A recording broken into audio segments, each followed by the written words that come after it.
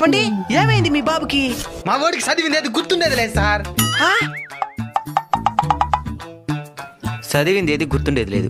అప్పుడప్పుడు కడుపు నొప్పి ఏమైనా వస్తుందా? నాకు అర్థం కాలేదు సార్. లేదు సార్. ఓకే, ఇప్పుడు దీనికి పరిష్కారం ఏంటి సార్? Brain operation.